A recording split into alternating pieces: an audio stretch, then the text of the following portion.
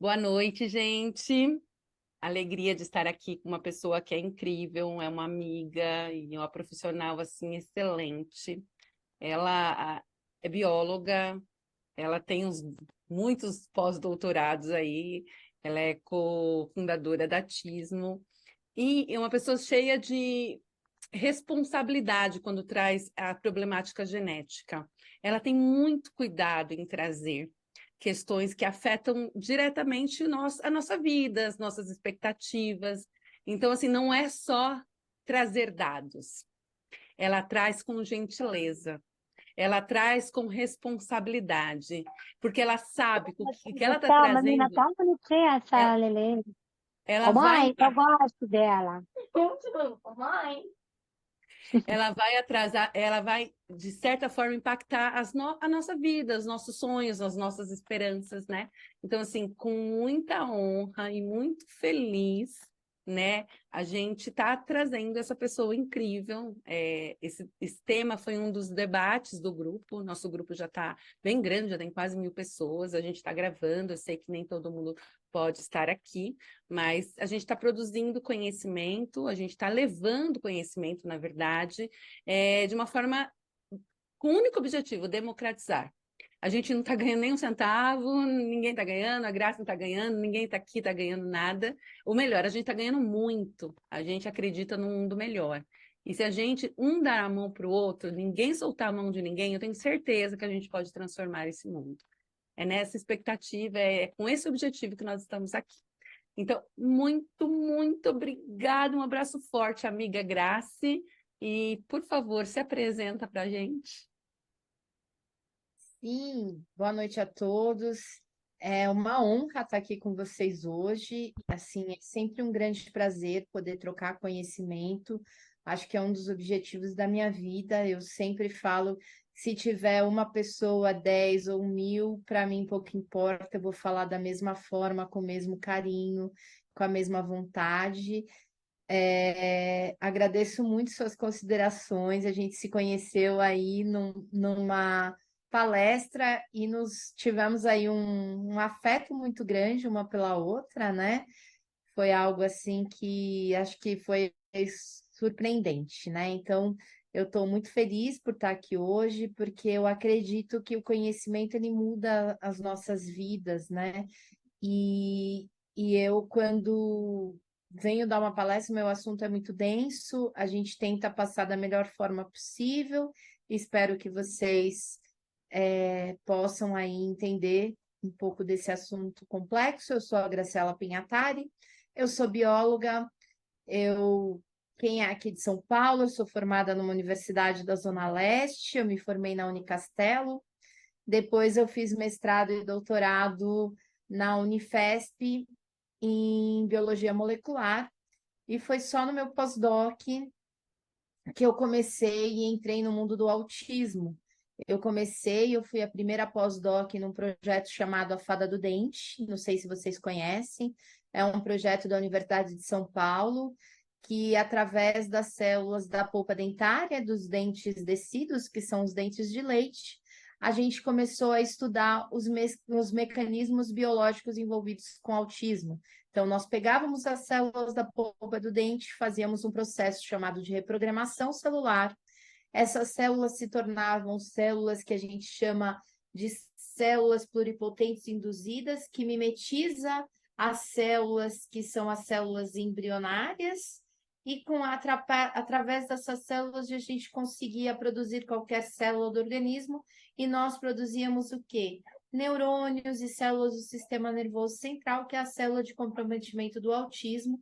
E assim nós pegávamos tanto células de autistas como células de indivíduos neurotípicos para comparar e ver quais eram as diferenças que nós encontrávamos nessas pessoas, com o objetivo de entender melhor esses mecanismos, porque entendendo os mecanismos, os processos, a gente poderia trazer aí algum tipo de benefício. Então, eu comecei nesse projeto, eu fiz aí parte desse projeto por quase 10 anos, até quando eu montei a Tismo, que é uma startup de biotecnologia que tem como objetivo realizar exames genéticos mas a gente não tem como objetivo só realizar exame genético. A gente sempre teve um cunho de trazer os exames genéticos com uma abordagem de vou trazer o exame genético, mas qual resposta eu quero dar para as pessoas? E sempre com fundo de, pelo menos para mim, sempre tive um fundo de aproximar a universidade das pessoas, trazer o conhecimento mais próximo das pessoas, porque a gente, na universidade, a gente produz muito conhecimento, e às vezes esse conhecimento ele fica muito preso dentro das universidades. Então, a ideia era trazer esse conhecimento mais próximo das pessoas. Então, foi para isso que eu entrei na Tismo e para isso que eu fui uma das cofundadoras da Tismo, para aproximar esse conhecimento. Então, vamos lá? Ou não, se o slide não mudar. Mudou. Quando eu falo de autismo, eu estou falando de um transtorno que envolve o sistema nervoso central. Então, antes um pouquinho de falar na genética, entrar propriamente na genética, eu quero fazer uma reflexão com vocês. Só para a gente pensar um pouquinho e fazer um paralelo, quando eu falo de genética, de genoma, eu falo aí de 20 mil genes que a gente expressa no nosso organismo. Então, a gente está falando de 20 mil genes. Só para vocês terem uma ideia, dos 20 mil genes que nós temos no nosso, que nós expressamos, um terço deles são expressos no cérebro. Se eu for pensar isso, e pensando que o autismo é uma condição do sistema nervoso central, então uma condição que afeta o cérebro, só isso já não me faria pensar que o transtorno do espectro do autismo é uma condição que envolve a genética? Porque imagina, se 20 mil, dos 20 mil genes, um terço é expresso no cérebro, então se eu tiver uma alteração em algum dos genes que estão sendo expressos no cérebro, será que isso não vai afetar e a gente não vai ter condição como o autismo? Então, façamos essa reflexão. Só para a gente também ilustrar um pouquinho disso que eu estou falando, eu trouxe para vocês uma relação entre os cérebros e os genes. Aqui eu mostro, é um paper da doutora Catherine Lorde, que é uma estudiosa do autismo, ela mostra aqui uma conexão sináptica. E aqui, os genes que a gente está para fazer essa conexão, os genes que podem estar envolvidos para que a gente tenha uma resposta na sinapse. Então, olha quantos genes a gente tem envolvido aqui nessa relação. Se a gente tiver uma alteração em um desses genes, isso não afeta essa comunicação sináptica? Então, só falando nisso, a gente não pode pensar que a genética impacta de alguma forma o autismo, porque a gente não está falando de uma condição que envolve o sistema nervoso central e muito provavelmente que tenha relação com essa comunicação sináptica. Então, sem falar de genética ainda, sem falar de nada de genética, a gente já não poderia pensar com tudo que eu falei que o autismo tem uma relação com a genética? Sim, né? É um transtorno que envolve o sistema nervoso central. É um transtorno que vai fazer essa relação com genes, com comunicação sináptica. Então, os genes estão aí. Se eu tiver uma alteração genética, é claro que eu vou ter um impacto aí na vida das pessoas. Então, o autismo tem uma relação muito importante com a genética, ok? Quando eu falo de autismo, eu estou falando de um transtorno que envolve a genética, mas eu tenho que pensar que existem outros fatores de risco que envolvem a relação com o autismo. O autismo, quando a gente fala em fatores de riscos que envolvem com o autismo, a gente está falando de genética e de ambiente. A gente tem sempre que pensar que o autismo é um transtorno multigênico, isso significa que envolve vários genes, é um transtorno multifatorial, isso significa que não envolve só a genética, mas envolve também o ambiente, e é um transtorno aditivo. Isso significa que é a somatória de tudo isso que faz com que uma pessoa seja autista. Então, vamos pensar um pouquinho no que tange a genética. Quando que a gente começou a entender qual era a relação de autismo e genética? Essa relação ela começou em 1977, a partir de estudos com gêmeos. Então, a primeira vez que a gente fez uma relação entre autismo e genética foi em 1977 com estudos entre gêmeos. Por quê? Quando a gente via a relação entre gêmeos, o que que a gente percebia? Que gêmeos monozigóticos idênticos, quando você tinha um que já era autista, a chance do segundo, né, desse gêmeo ser autista era de 80%. Então começou a se pensar, puxa vida, existe uma relação genética aí entre esses indivíduos.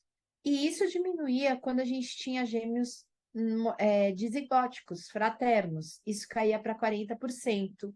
Então, nessa época, os estudiosos, né, os cientistas que estavam analisando esses resultados, eles colocaram o seguinte, que o autismo era uma condição que estava geneticamente ligada a uma vasta coleção de condições cognitivas, mas já mostraram que você tinha uma relação entre genética e autismo. Só que isso ficou por um tempo estacionado. Aqui eu trago para vocês a evolução do conhecimento genético. O que que aconteceu? O que que a gente acabou perdendo e por que que a gente teve uma evolução um pouco mais vagarosa? Porque só em 2003, vocês estão vendo essa coluna nesse gráfico? Esse gráfico aqui ele mostra a prevalência do autismo, aqui ele mostra a evolução dos DSMs até chegar no DSM-5 em 2015.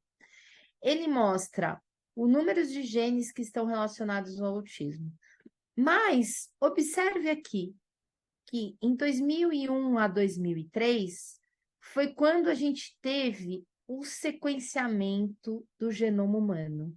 Quando a gente conheceu pela primeira vez a nossa sequência genética. Foi quando a gente conheceu pela primeira vez quais eram os nossos genes sem alteração.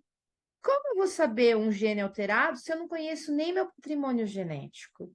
Então, era muito difícil a gente evoluir com o conhecimento genético, sendo que eu não sabia nem os genes que eu tinha. Então, depois que a gente começa, que a gente conhece e tem o primeiro sequenciamento do genoma humano, a gente começa a entender quais os genes que, quando alterados, a gente tem uma relação com o autismo. Então, é depois de 2001, 2005 que a gente tem uma evolução da genética do autismo e a gente tem, por consequência, desse sequenciamento do genoma humano. Observe aqui nesse gráfico que a gente não tinha nem exames genéticos para detecção das alterações. A gente só conhecia um exame que chama cariótipo. Eu vou falar para vocês sobre esses exames genéticos, quais as diferenças entre eles. O cariótipo é o exame que só analisa de forma estrutural os cromossomos, né? O nosso DNA, ele pode estar na forma compactada, que são os cromossomos. Então, ele só analisava esse tipo de exame. Com o advento aí dos nossos conhecimentos, a gente também trouxe outros exames genéticos. Observe que em 2005 a gente teve o microarray, depois veio o sequenciamento do exoma completo e o sequenciamento do genoma completo. Essas ferramentas são as ferramentas que também nos proporcionaram a conhecer esses genes. Então, foi essa evolução e por isso que as pesquisas demoraram um pouco mais para que nós pudéssemos conhecer mais dessa genética. Hoje, a gente já tem aí muitos genes relacionados com autismo, né? Então, em 2007, nós tínhamos 100 genes, hoje a gente tem mais de 1.100 genes relacionados com o autismo, tá? Quando eu falo 1.100 genes, são genes que a gente conhece que um ou outro gene já foi relacionado, já foi dito que quando alterado, a pessoa está no espectro. Mas a gente vai ver no decorrer da aula que existe um core de genes que estão mais relacionados, que quando alterados são relacionados com o autismo, tá? O que a gente tem sobre a genética, né? Qual é esse risco da genética com autismo, né? A gente tem o quê? Em 2014, surgiu um trabalho bastante interessante mostrando qual era o risco entre genética e autismo. Foi um trabalho feito na Suécia, com 1,6 milhão de pessoas, a partir de registro de saúde e de famílias com 2 filhos nascidos. E o que eles perceberam quando eles fizeram esse estudo? Foi um estudo familiar, envolvendo esse número muito grande de pessoas, foi um marco dentro da genética do autismo. Eles observaram que o risco de autismo era genético e estava em torno de 59%. E que quando eles iam olhar as alterações genéticas que existiam, eram muitas alterações que eles chamavam de alterações comuns. Alterações comuns dentro da genética são aquelas alterações que ocorrem em mais de 1% da população. E alterações genéticas raras são aquelas que ocorrem em menos de 1% da população, e alterações de novo são alterações genéticas que só aquela pessoa tem. Ela não recebeu essas alterações dos seus pais, tá? Elas têm só elas. Então, eles viram que 59% do risco era genético e a maioria das alterações genéticas que eles encontravam eram comuns, tá? Guardem essas informações, a gente vai entender um pouquinho mais delas. Em 2014 ainda fizeram mais estudos, em 2017 também, e eles foram analisar qual era esse risco familiar, quanto que era essa porcentagem. Eles perceberam, fazendo mais estudos, que esse risco era maior, era em torno de 70% a 90%. E eles perceberam uma coisa mais interessante, que as alterações genéticas encontradas nessas pessoas, elas eram, na maioria das vezes, herdadas dos seus pais. Mesmo que os pais não eram autistas. Então, mesmo os pais não sendo autistas, eles tinham alterações genéticas que eram passadas para os seus filhos. Como que a gente pode pensar que eu tenho alterações genéticas, eu não sou autista e eu estou passando para os meus filhos? Aí eu vou lembrar daquele meu primeiro slide que eu falei para vocês. O autismo é um transtorno que envolve o sistema nervoso central, né? E a gente tem alterações aí no cérebro, alterações na comunicação sináptica. Só o autismo a gente tem esse tipo de alteração, ou a gente pode encontrar esses tipos de alterações em outras condições de saúde? Então, vocês lembram que também existe o fenótipo ampliado do autismo, que algumas pessoas podem ter características autísticas, mas não completam todos os critérios para ter autismo? Será que essas pessoas têm alterações genéticas, mas não completam esses critérios? E as alterações comuns que a gente está vendo, as alterações que a gente pode estar vendo de herdabilidade, não pode ser encontrada em outras alterações que também podem estar relacionadas ao sistema nervoso central? A gente não pode ter alterações genéticas que possam ser encontradas em outras condições de saúde? A gente pode afirmar na nossa família que a gente não teve nenhuma pessoa na nossa família que teve algum outro transtorno do neurodesenvolvimento ou algum outro transtorno neuropsiquiátrico? Existem genes comuns dentro desse conceito com transtorno bipolar, TDAH, esquizofrenia, transtorno obsessivo compulsivo, transtorno opositor desafiador, ou desafiante, que algumas pessoas falam. A gente pode dizer na nossa família, ou mesmo que não tivemos nenhum autista antes, e a gente não pode carregar essas alterações genéticas? Não. A gente tinha conhecimento dos diagnósticos há 50, 60 anos atrás? Não. Então, podemos ter essas alterações genéticas? Sim. a herdabilidade dentro do transtorno do espectro do autismo ela é muito alta, em torno de 83%. Esses foram estudos que eles aconteceram ali em trabalhos feitos na Suécia. Aí levantaram assim, mas será que isso é uma característica só da Suécia? Até que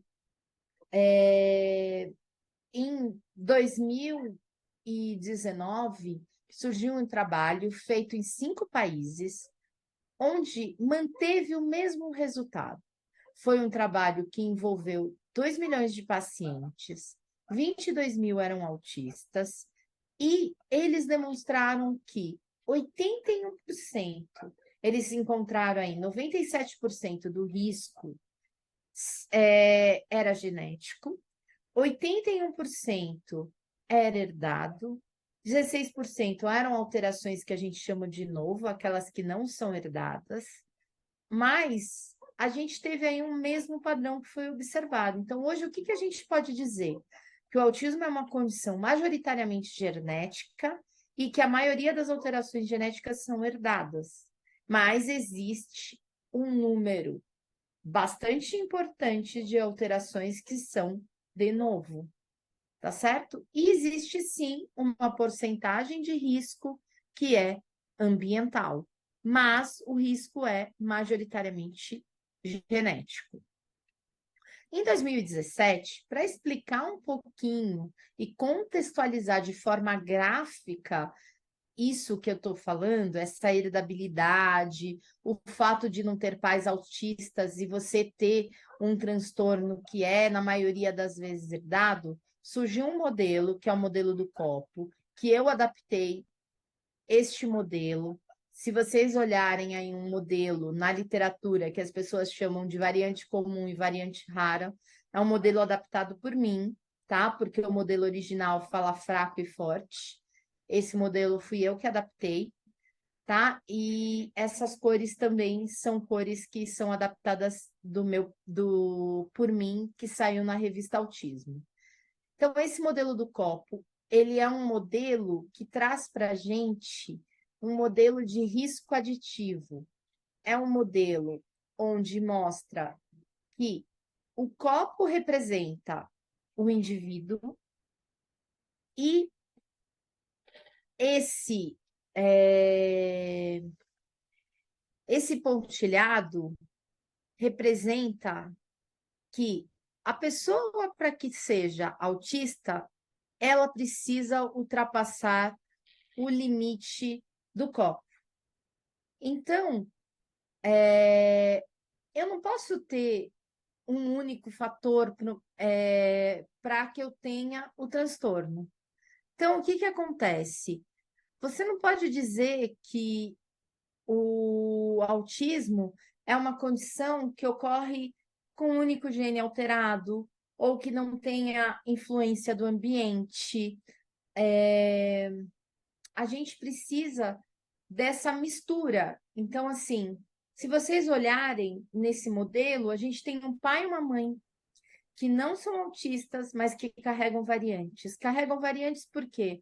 Tem alguma condição de saúde? Não sei. Podem ter herdado dentro da família? Não sei. Podem ter um fenótipo ampliado? Não sei. Só sei que tem alterações genéticas. Mas tudo isso pode compor esse pensamento. Eles tiveram aí alguns filhos. Se vocês olharem aqui, a gente tem o copo 2, né, da criança 2, que só herdou algumas variantes genéticas. Então, a gente tem variante comum, que é aquela que é encontrada em mais de 1% da população. A gente tem a variante rara, que é aquela que é encontrada em menos de 1% da população. E a gente tem os fatores ambientais. O tamanho da variante, ou o tamanho das bolas, ele representa o quanto essa alteração ela é importante para aquele indivíduo. Observe que a bolinha da variante rara, ela é maior. Isso significa que ela é muito importante para o desenvolvimento daquele quadro clínico, tá? A gente chama isso de penetrância. tá certo? Então, a gente tem aí que, em alguns casos, principalmente nas variantes raras, a gente tem aí uma penetrância maior, essa variante rara mais importante. Observe aqui na criança 1 que a maioria das alterações genéticas que foram encontradas, elas foram o quê? Herdadas. Olha, herdou a A da mãe, herdou a C do pai, essa B herdou da mãe. Se eu tivesse parado até aqui, esse indivíduo seria autista? Não. Vocês concordam comigo?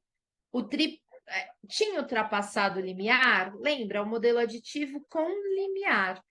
Isso significa que ele precisa ultrapassar esse limiar para que ele seja autista. Ele ultrapassou? Não. Mas ele recebeu uma variante que não veio nem da mãe nem do pai. Lembra que essa variante, quando não vem nem da mãe nem do pai, ela chama de novo. Essa variante é só dele. Olha, recebeu essa variante e é autista. Aqui recebeu só da mãe, e aqui uma variante que é só dele, e um fator ambiental. Aqui recebeu da mãe, fatores ambientais, e uma que é só dele. Espera um pouquinho que está bem em cima aqui. Aqui só recebeu a da mãe, recebeu a da mãe, a do pai, e uma só dele. Mas vocês conseguem ver o quanto essa variante é importante? Ela praticamente tomou conta do copo. Então, é uma variante rara que tem um impacto bastante importante, tá certo? Então, a gente tem aí 2 crianças com TEA que têm uma composição genética diferente. Isso provavelmente vai ter um impacto clínico diferente.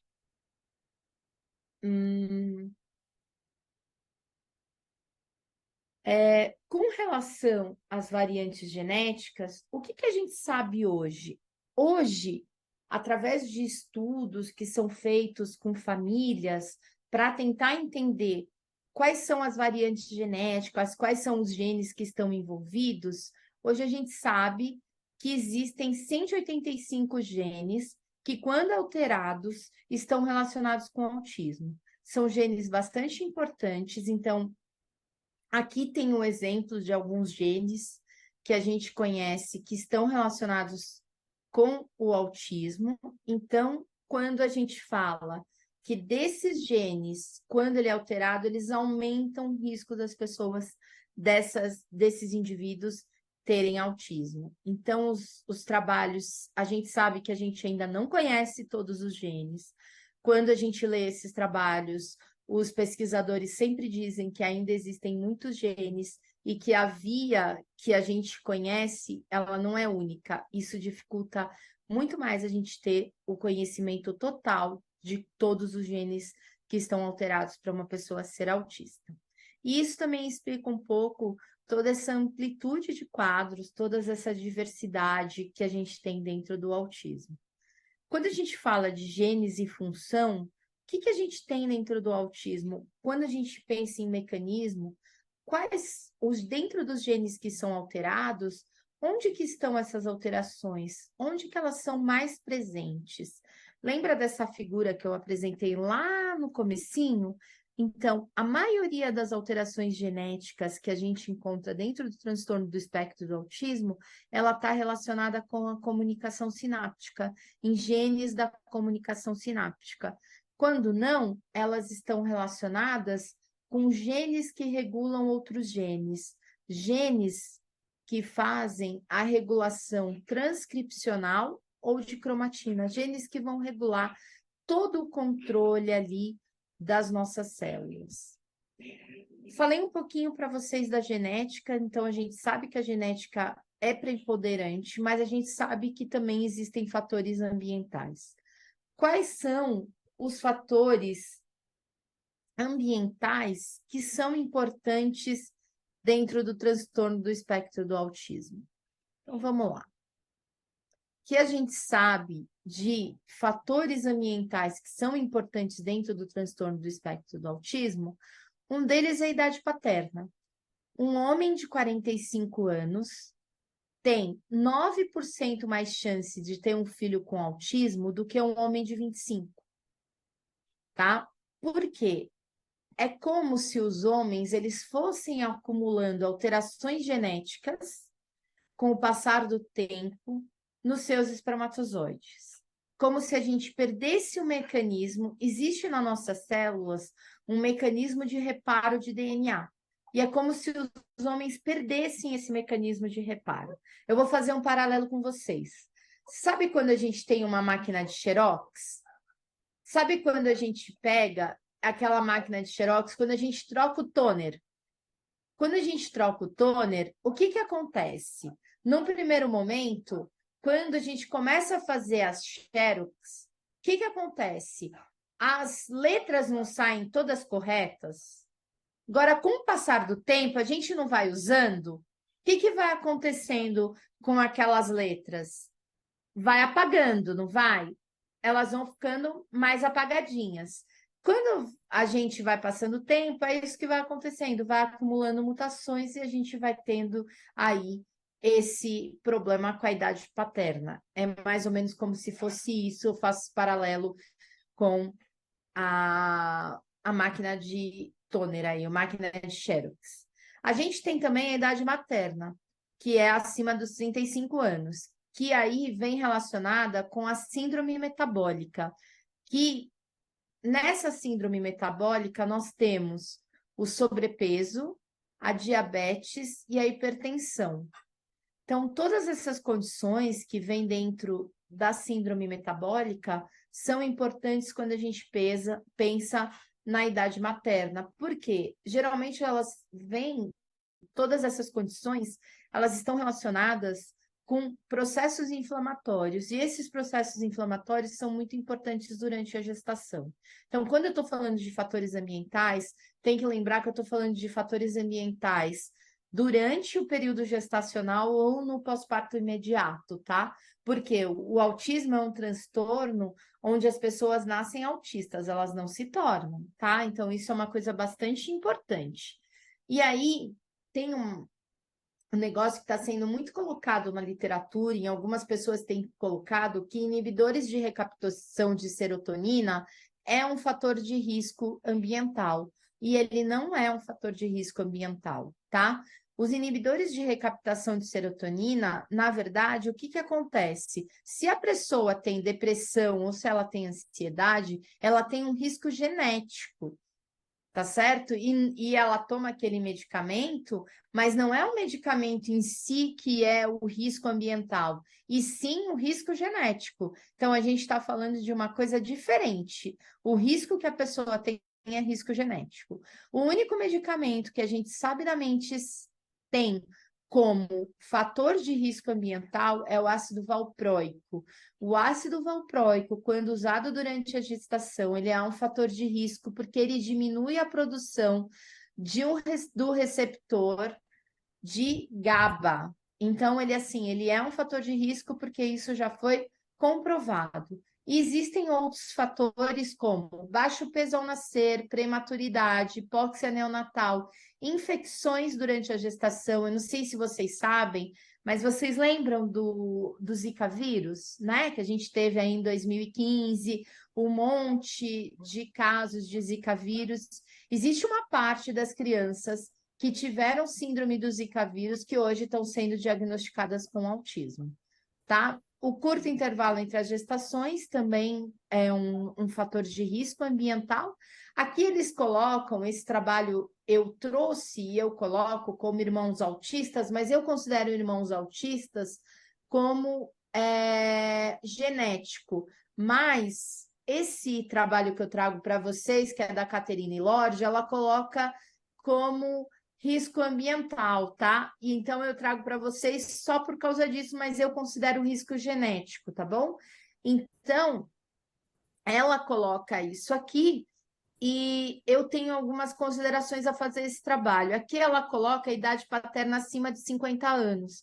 Mas o paper que eu trago para vocês, ele fala acima de 45, tá? Então, por isso que eu falo para vocês 45, porque a publicação que ela põe na figura é de 2017, a minha é de 2019, tá? E aqui ela põe o ácido fólico como sendo um fator de risco. Só que o paper que ela traz aqui é de 2012. E eu tenho um artigo científico que diz que ácido fólico não é fator de risco, que é de 2019. Então, eu gosto de mostrar essa figura e mostrar para vocês que não é, tá? Então, é bastante importante essa explicação. E o que não são fatores de risco? Então, ó, aqui é o artigo que fala do ácido fólico, tá? Então, não é fator de risco. E aqui é o trabalho da Catherine Lorde, que quem não conhece, que é onde tem esse gráfico, é uma revisão muito legal. Ela faz uma revisão, ela fala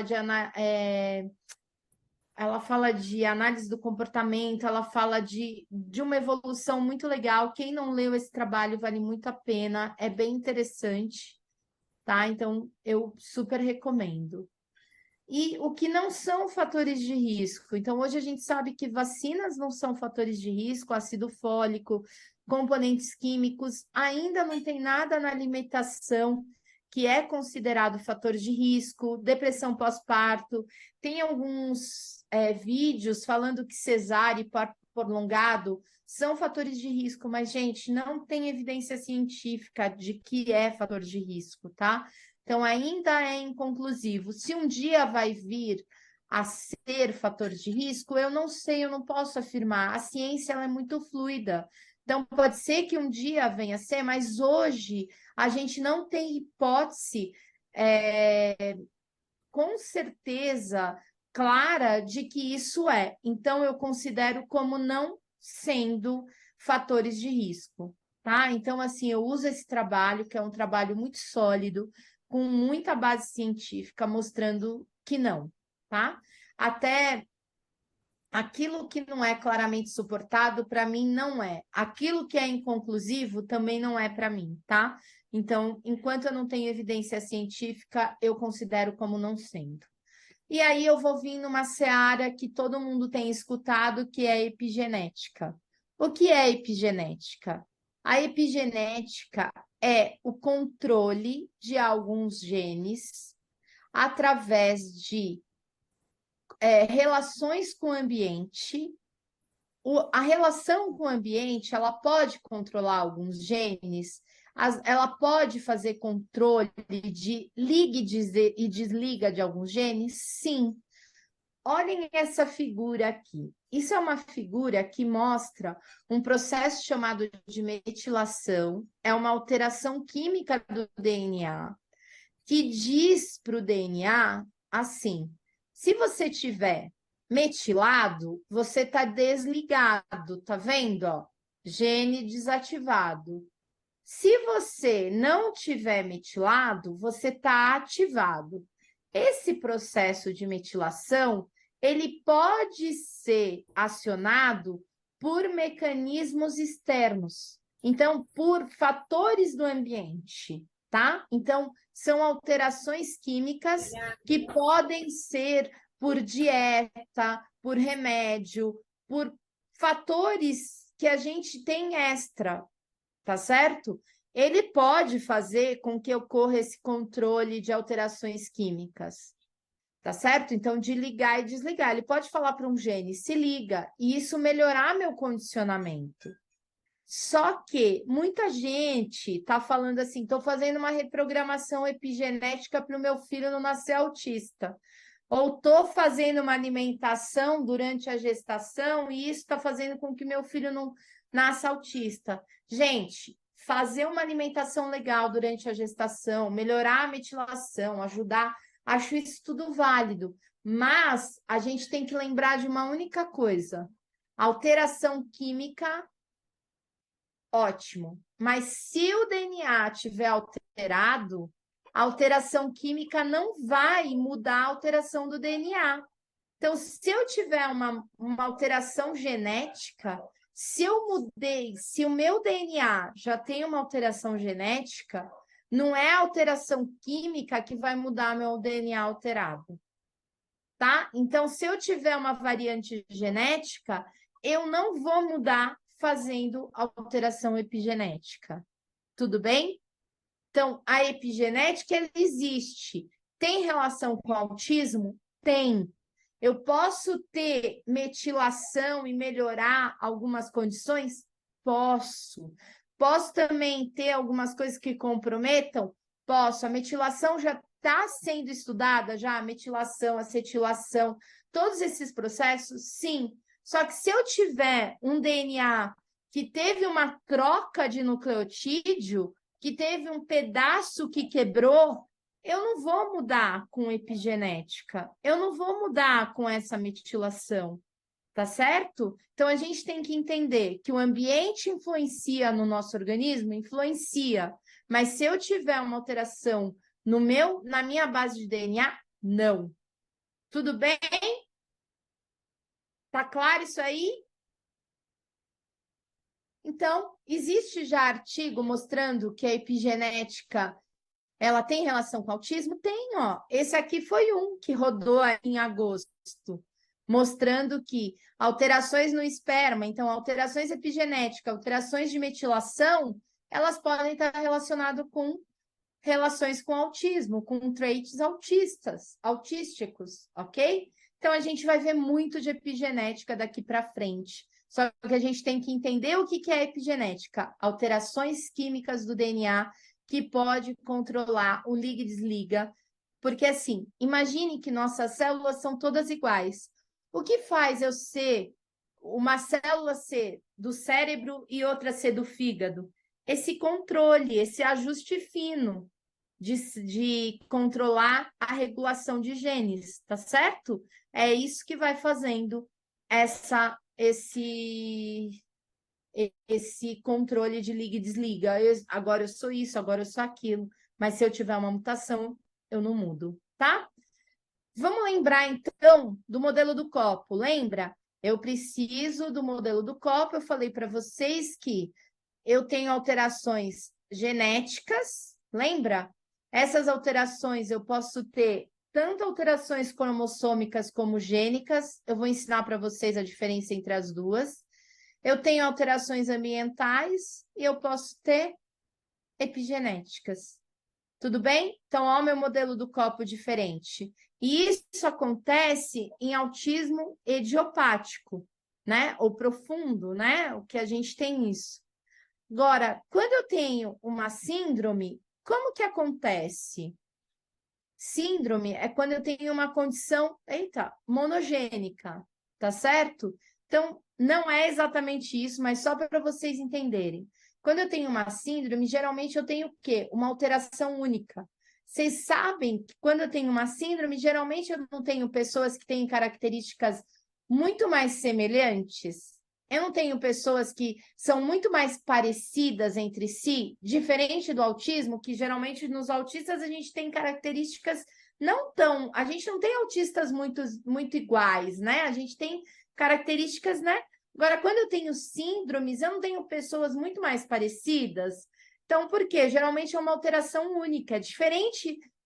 Eu vou falar desse balaio de gato, que é o autismo, né? Que é um monte de variante, é gênica, é cromossômica, é fator ambiental, é um monte de coisa. Como se a gente fizesse um paralelo e tivesse o copo com uma única alteração. Tá vendo? Deu para entender a diferença? Então, o autismo, quando ele é idiopático, quando a gente está pensando no autismo profundo, autismo, ele é uma situação que envolve várias coisas, fator ambiental, fator genético, epigenética. Quando a gente está pensando numa síndrome, a gente está falando de uma condição que está envolvendo o quê? Como se fosse uma única alteração que enche todo o copo. Eu não falei para vocês que a gente tinha aí, quando eu mostrei o copo, duas condições. Uma de variantes que eram herdadas, tá vendo? Ó? Muitas variantes comuns herdadas.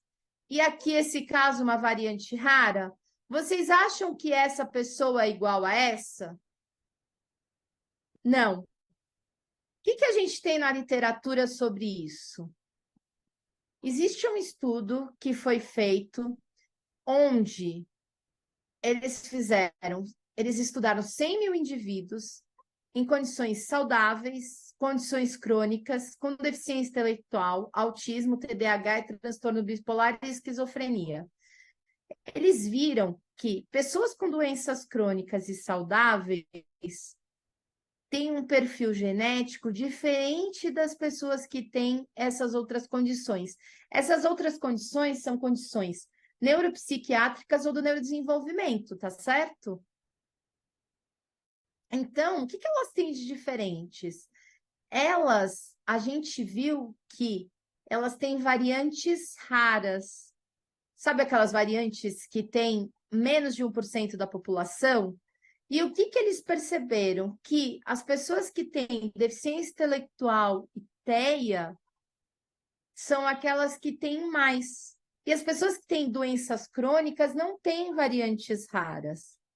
Tá certo? Então, esse estudo mostrou algo bastante relevante. O que eles... Agora, por outro lado, aí o que a gente viu? Por outro lado, teve um outro estudo que fez o seguinte, analisou 400 mil pacientes que eram autistas, que tinham inteligência preservada e que atingiam o nível de universidade, como se fosse TEA nível 1. O que eles viram? Que pessoas que têm deficiência intelectual, que têm variantes, são aquelas que têm variantes raras. Então, eles correlacionaram isso com aqueles eventos de novo. Lembra o último copo, que tinha aquela esfera bem grande? Então, é como se fosse aquele último copo. Não era hereditário, tem eventos de novo, está mais relacionado com esses casos que têm mais comorbidades e deficiência intelectual. E aquelas pessoas que têm variantes comuns, que são aquelas que têm o primeiro copo, que tem mais variantes herdadas, tá certo?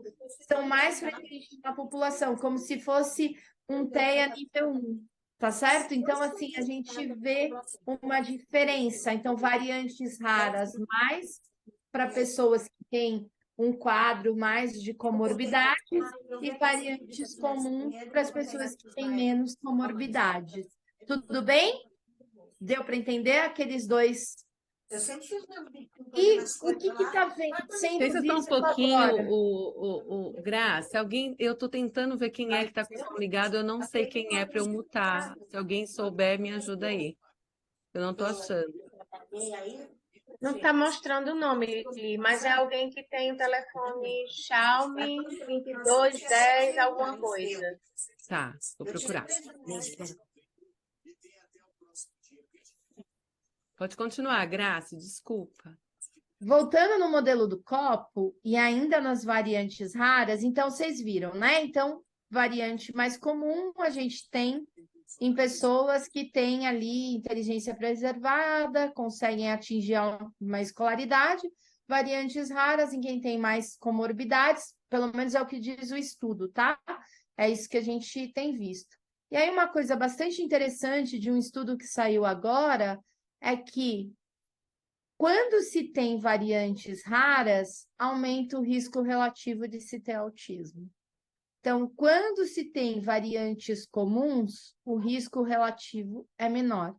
Quanto mais raras você tem as variantes, maior o risco de se ter autismo, tá?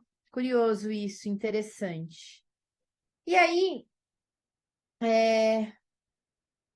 eu não vou conseguir falar tudo, gente. Eu falei metade da minha aula. Isso daqui, por que a gente estuda genética, né? Para que é importante a gente estudar genética? Esse é um trabalho que saiu agora e eles falam o seguinte: descobrir os genes, descobrir os alvos moleculares pode ser importante para quê?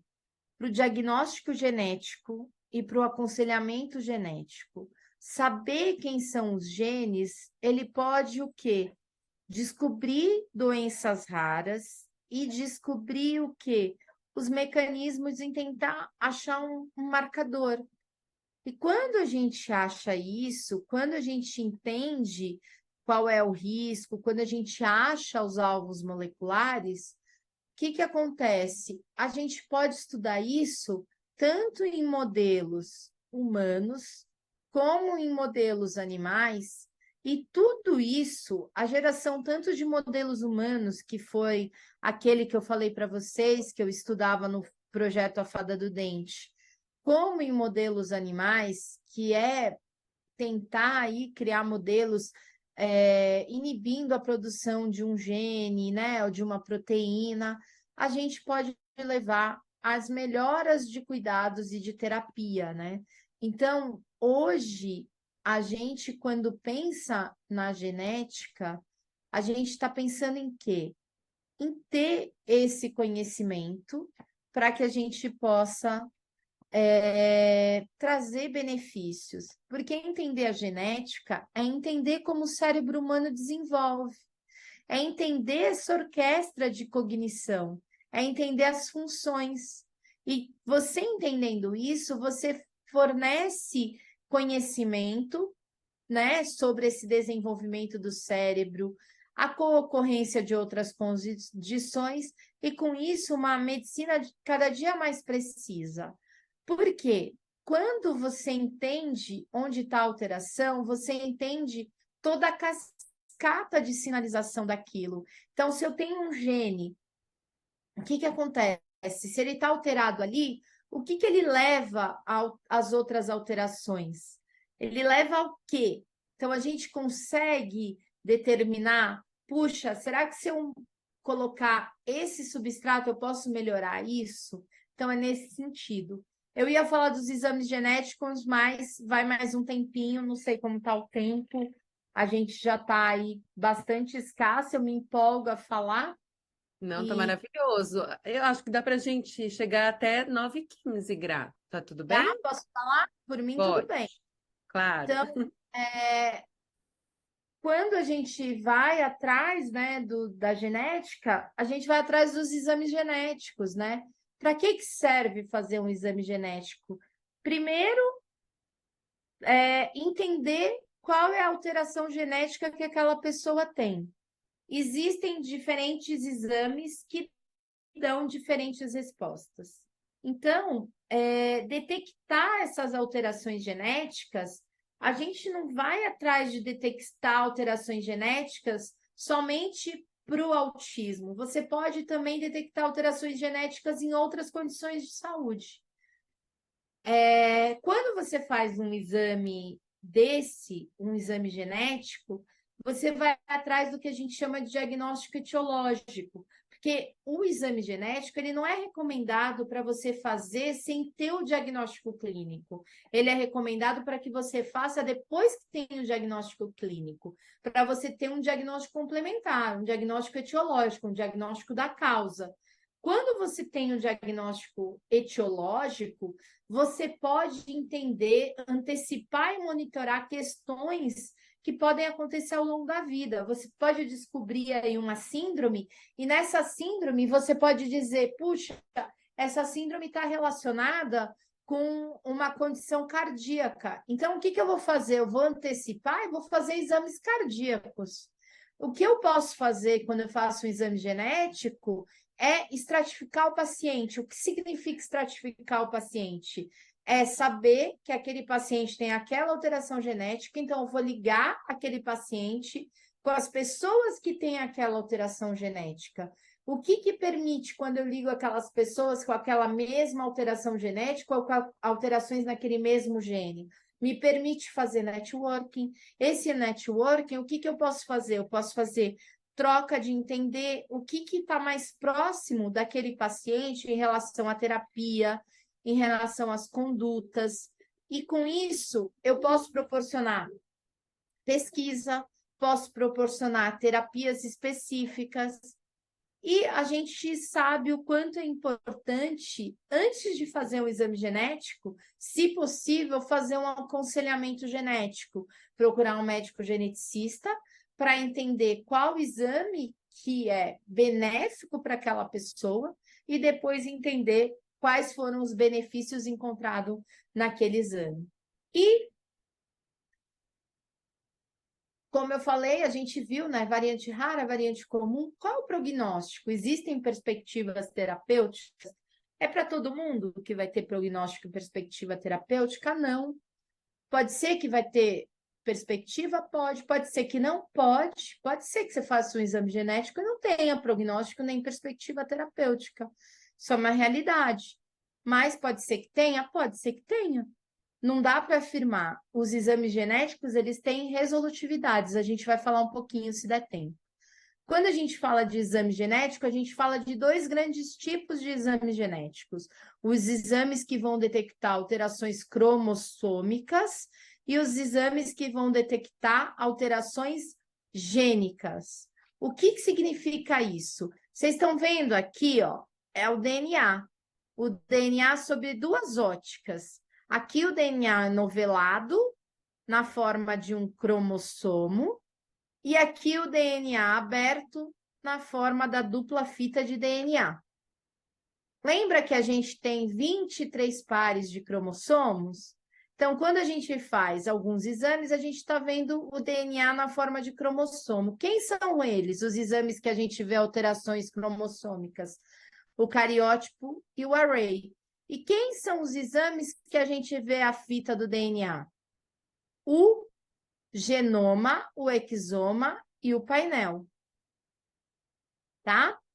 Então, esses são os exames que a gente vê. E a gente tem o X-frágil, que é um outro tipo de exame, que vai ver repetições de CGG por um outro tipo de tecnologia, que é importante a gente saber se aquele indivíduo que muitas vezes tem suspeita de deficiência de intelectual não tem síndrome de X-frágil.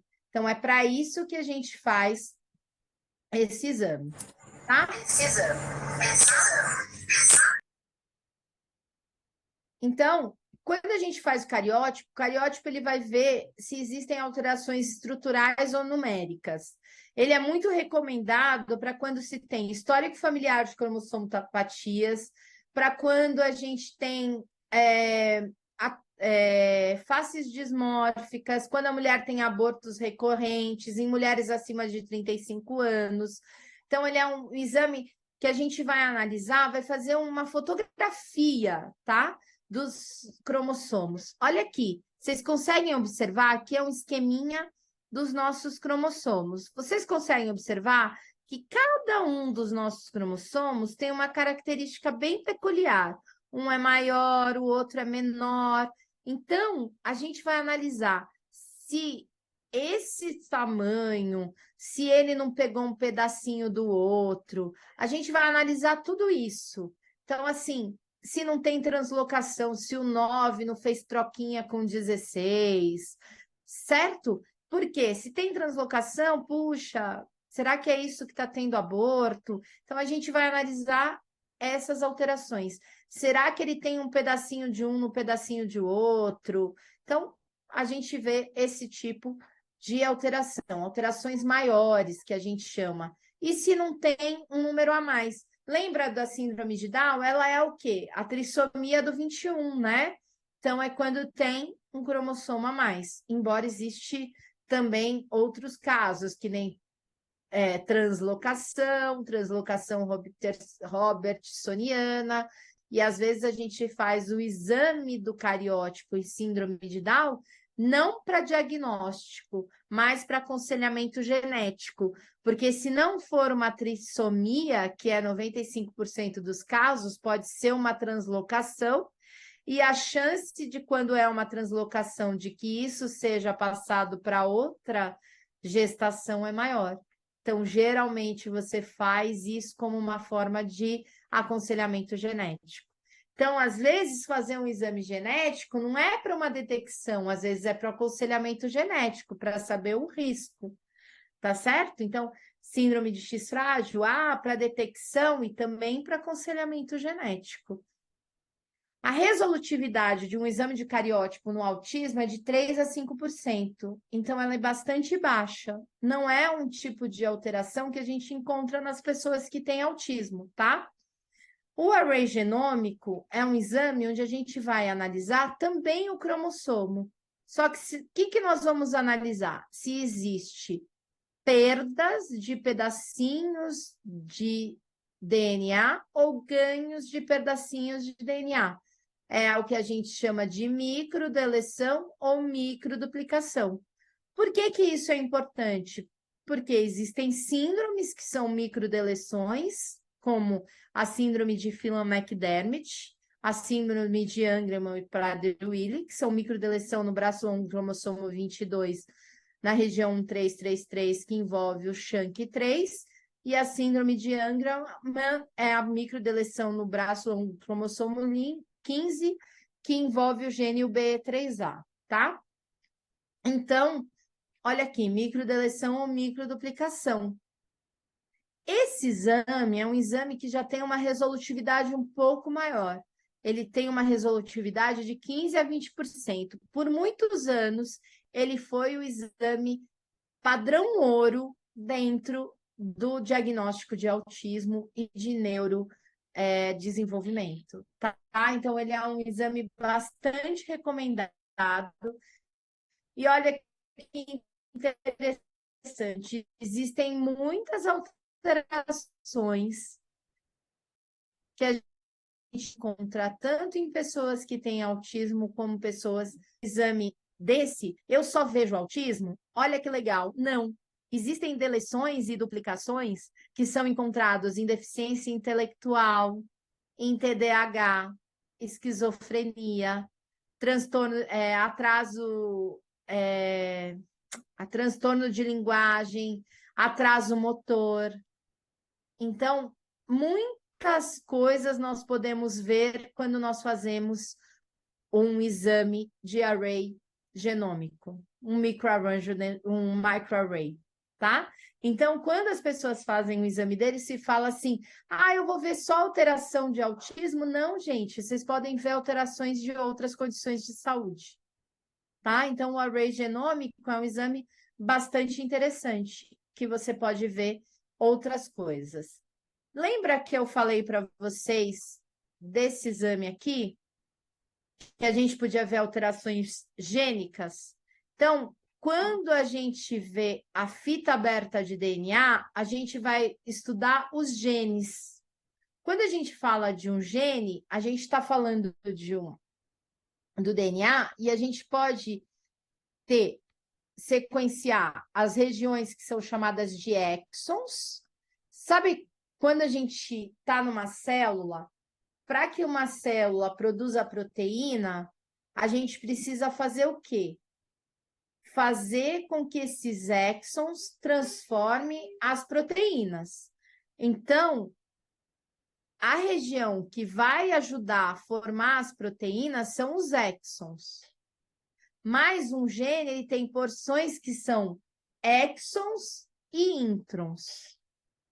Quando eu faço um sequenciamento do exoma, o que eu sequencio? Só os exons. E aqui eu vou estar sequenciando aquela sopa de letras. Lembra quando a gente estudou o A, o C, o G e o T? Lembra do DNA? Então, quando eu faço um exame do exoma, eu vou estar estudando os nucleotídeos. Eu vou analisar os nucleotídeos. E quando eu falo de fazer o exame do genoma, eu faço análises dos exons e dos introns.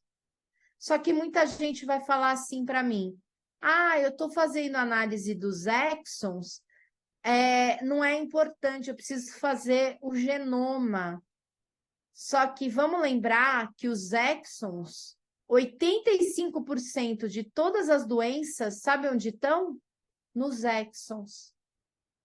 Então, quando a gente faz um exame chamado exoma, a gente sequencia 85% das doenças que a gente conhece, tá? Quando a gente faz um genoma, a gente sequencia as regiões que a gente chama de intron, que são regiões regulatórias. E quando a gente faz um painel, vocês já ouviram falar em painel? Painel genético para autismo.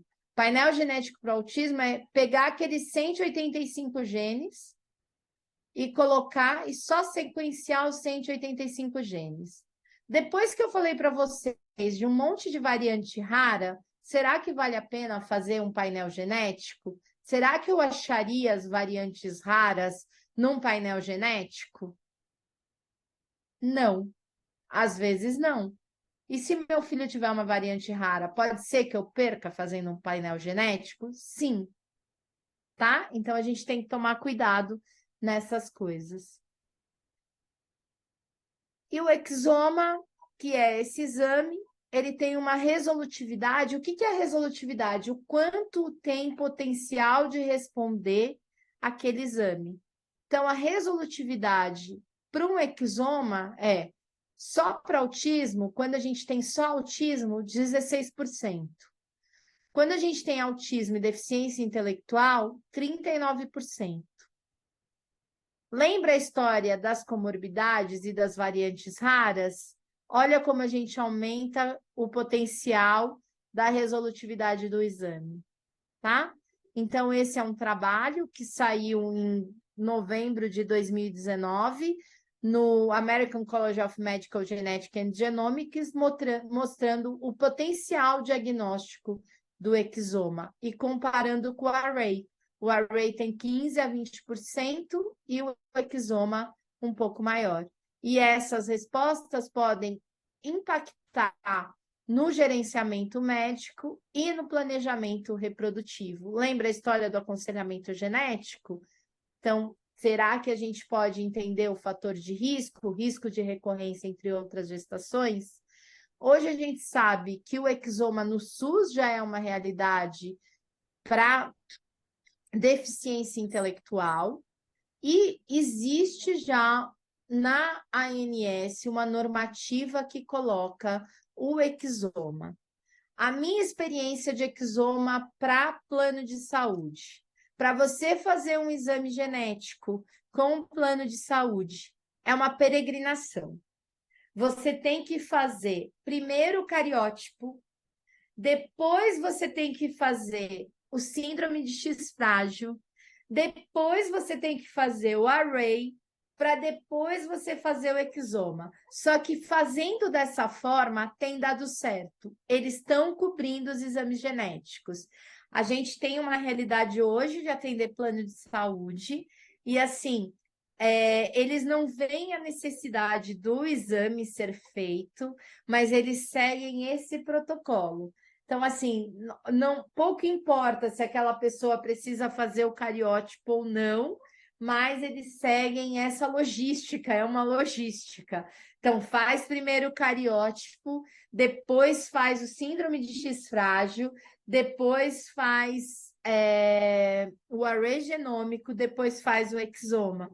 O que, na verdade, poderia ser minimizado, porque nem todos precisam fazer todos os exames, mas eles seguem essa lógica e muitas pessoas têm conseguido fazer o exame genético dessa forma e respondido aí algumas questões. Então, vale vocês saberem que isso é possível dentro dos planos de saúde.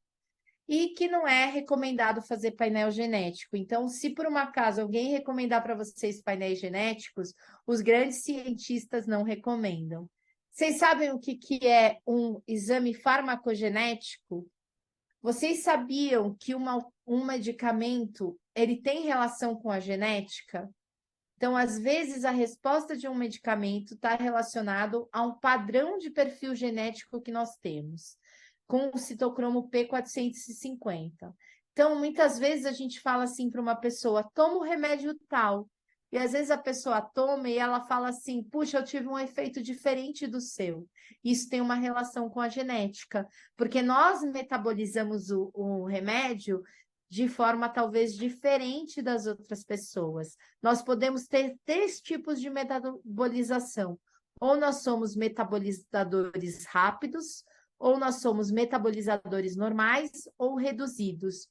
Os rápidos são aqueles que às vezes você toma o medicamento e o medicamento parece que não fez efeito.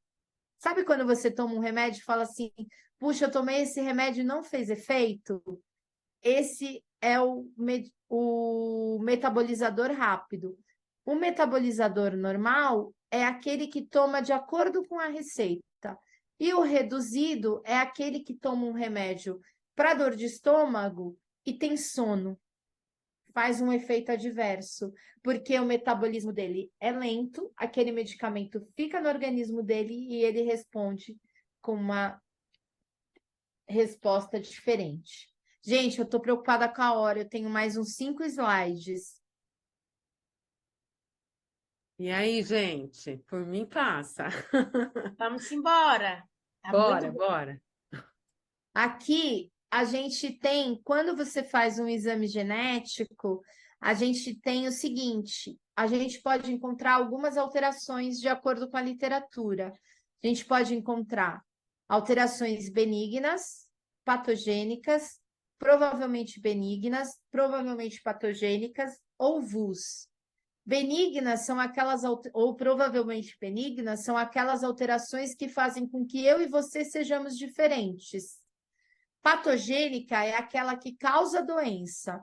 E VUS é uma alteração genética que não está ainda descrita na literatura, mas, de acordo com as características dela, para quem está fazendo a análise, ela é importante.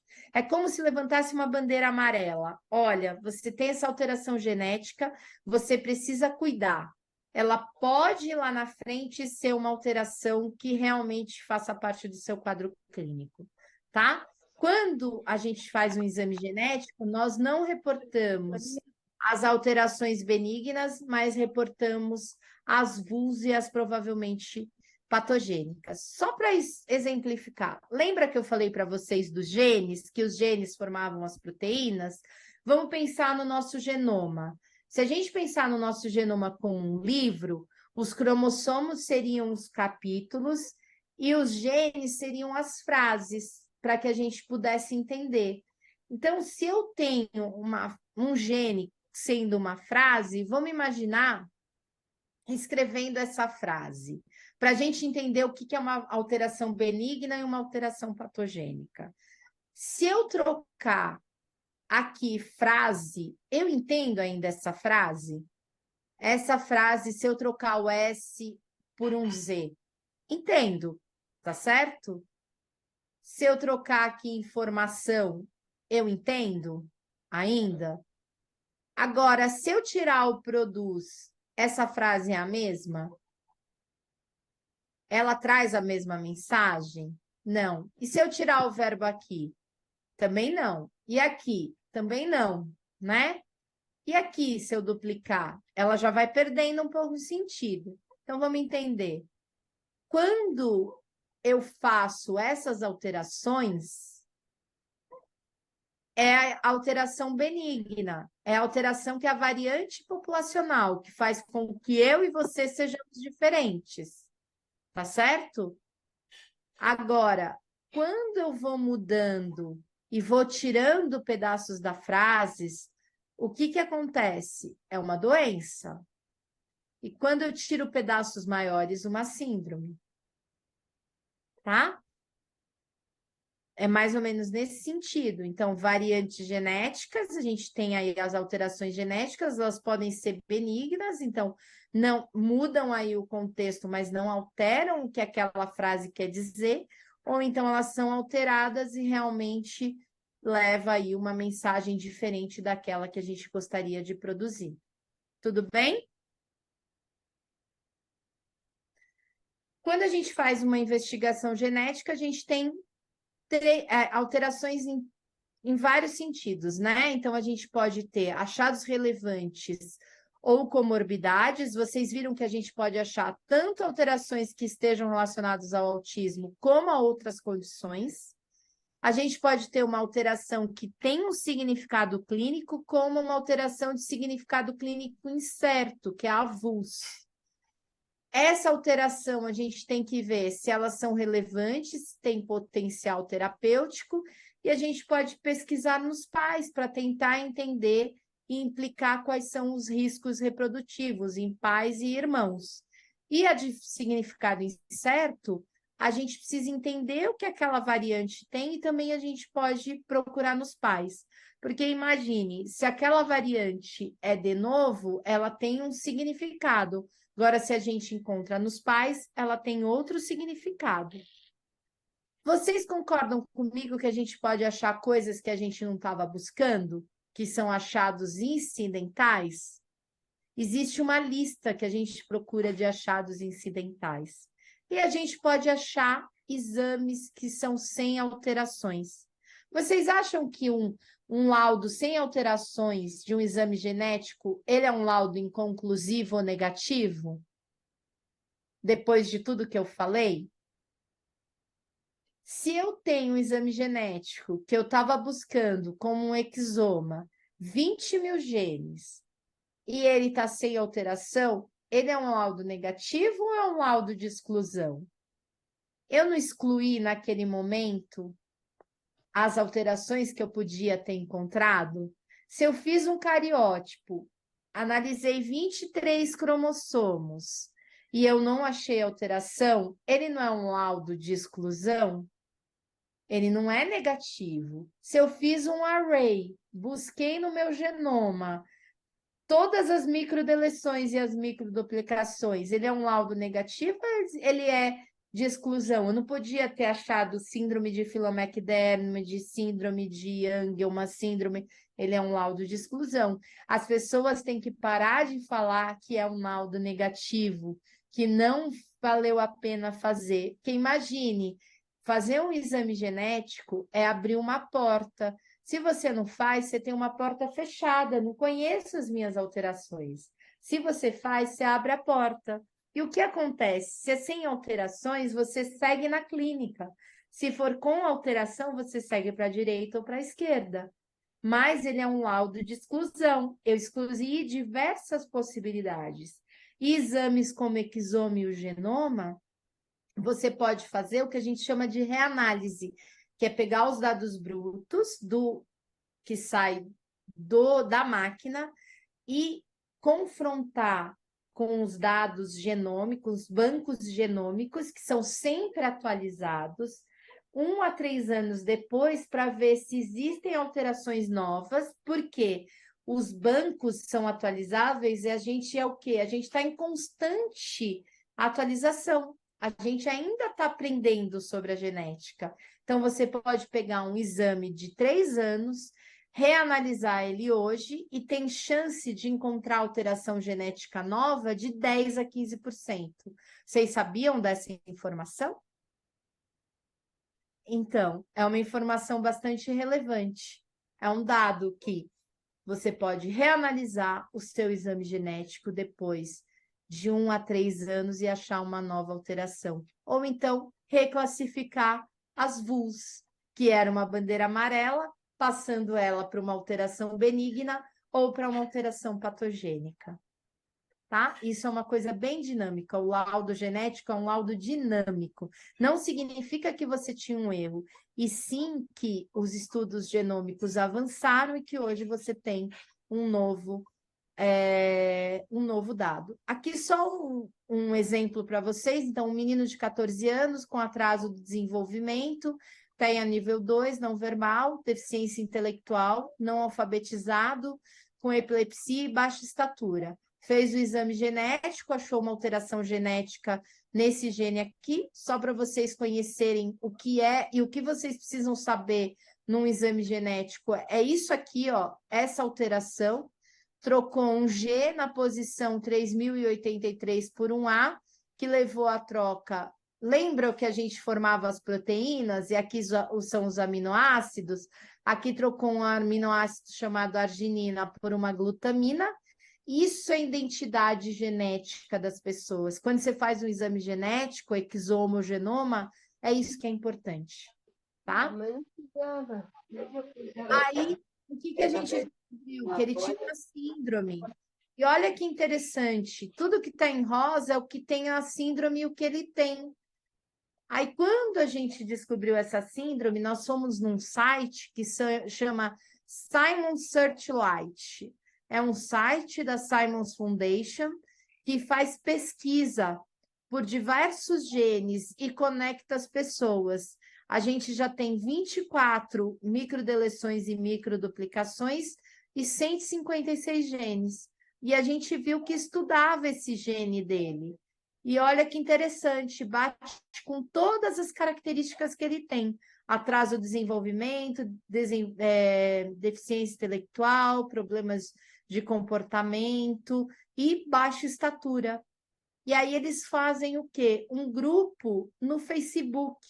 Então dá para conectar as pessoas, mas ainda não tem nem história de família, nem pesquisa. Olha que legal. Então, o exame genético a gente pode fazer pré e pós-teste. Então, pré para entender como, por que, indicação de testes adequados. Pós-teste, por que que deu aquela alteração. E aqui a gente tem os dados, né, de recorrência. Então, concordância entre gêmeos, a chance do outro gêmeo, quando é monozigótico é 90%, entre gêmeos dizigóticos 20%, recorrência entre irmãos, a gente põe aí de 9% a 18%, quando tem já 2 filhos no TEA, é de 33% a 50%, recorrência entre meio-irmãos 1%, e o risco da população a gente põe 1%, mas a gente sabe hoje que é maior. A gente tem aí um número muito menor, 5 vezes menos de médicos geneticistas do que o recomendado pela Organização Mundial da Saúde. A gente olha além do TEA, então a gente olha aí 81 genes de riscos de achados incidentais, um deles é o BRCA1 e o BRCA2, que é muito interessante. E aqui eu queria chegar nessa página para mostrar para vocês. Esse é um dado de um artigo bem novo que mostra que a gente tem aí 28% de diagnóstico genético. Que pena, se alguém quiser interagir comigo e me responder se vocês acham que 28% de diagnóstico genético é um número bom ou é um número baixo para diagnóstico genético? Vocês acham o quê? Que é um número ruim ou um número bom? Alguém quer responder para mim? Eu estou no meu último slide, praticamente. Não? Então, a gente pensa que 29% de diagnóstico genético é um número ruim, né? A gente acha um número baixo, mas os estudiosos acham que esse número é um bom número, sabe? Tem um achado genético, esse é o David Buxbaum, é um professor do Monte Sinai, e ele fala que o diagnóstico genético, 28%, é um super diagnóstico, tá? Então, é bem legal isso, apesar da gente ter o diagnóstico genético sendo algo bastante relevante, apenas 17% dos médicos sugerem a realização de exames genéticos. Só para terminar, a genética ela fala um pouquinho sobre como o cérebro humano se desenvolve. O exame genético, então, assim, muitos genes podem ser alterados, muitos ainda não foram identificados. Não existe uma via biológica única que leva ao autismo. O exame genético serve para descobrir a alteração genética, e é importante descobrir a alteração genética, sendo que o autismo é um transtorno majoritariamente genético. O exame genético não dá diagnóstico clínico, então, assim, primeiro você tem que ter o diagnóstico clínico para depois fazer um exame genético. Um exame sem alteração não significa que não é autista e que não pode ser genético. A avaliação do risco não é eugenia, não dá para selecionar embrião, não é possível. O autismo é um transtorno multigênico, multifatorial e aditivo, então a gente não tem como fazer isso, e mesmo isso daí é um absurdo, então não tem como. Farmacogenômica não é a cura, um teste de predição, ainda tem muito que saber. Exame genético não é cura, a gente não tem ainda terapia gênica, então não dá ainda para consertar, a gente está entendendo todo esse processo. Não existe o melhor exame genético, então não dá para falar que o genoma é melhor que o cariótipo, é melhor que o array. Eles são exames diferentes que precisam ser pensados, analisados e que vão trazer uma resposta. E existe o adequado. Pessoal, era isso que eu tinha para falar para vocês. Então, foquem sempre no potencial e não nas limitações. Essa é uma frase da Temple Grandin que eu levo para a vida, que a gente às vezes foca nas nossas limitações e não nos nossos potenciais. Falei sempre demais, eu sempre falo mais do que eu posso. Muito, muito, muito obrigada.